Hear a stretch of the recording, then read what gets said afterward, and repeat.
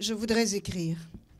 Je voudrais écrire le cœur en cafouillis de petits bonheurs. Et les jours roses, les pas de danse, les mystères, les profondeurs nocturnes. Je voudrais démêler chaque couleur, chaque épi de sa forme, construire une sculpture large et haute. Dire comme il fait beau sur les pavés de ma terre, comme il fait doux parmi les herbes, comme il fait bon, armé de sourires.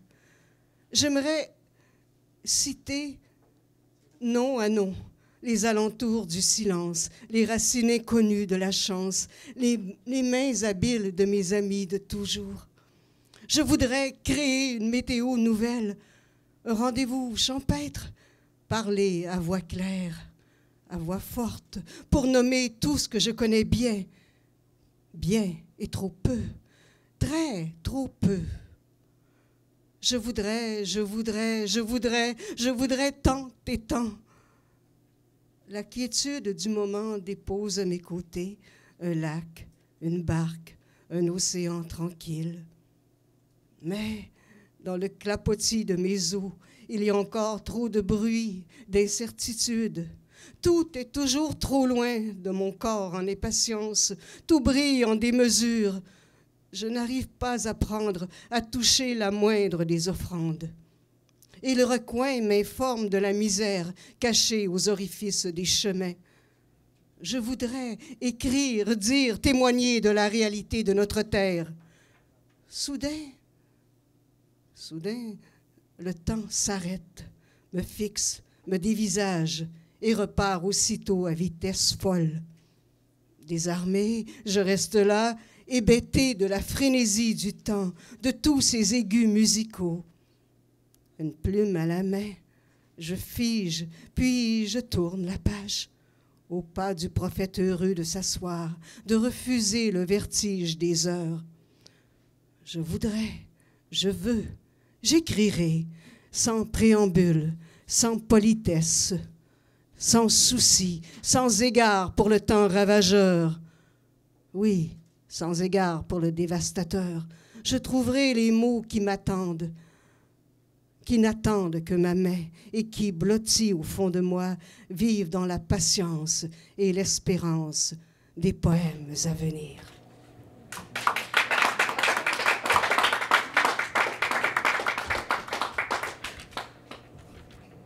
Merci.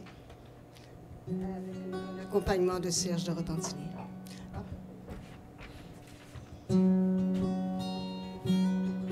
Je l'ai déjà fait ici, mais on le refait.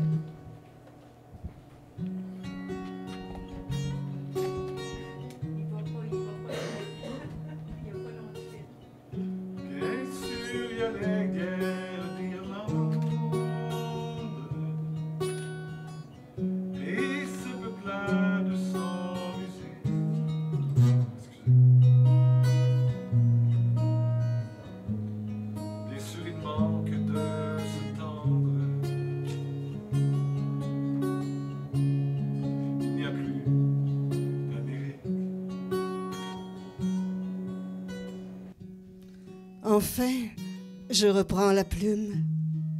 Je desserre les nœuds d'un long séjour de silence. Je tutoie l'aurore et ses lueurs diffuses. Je me transfuge en voyageuse de matin de juillet.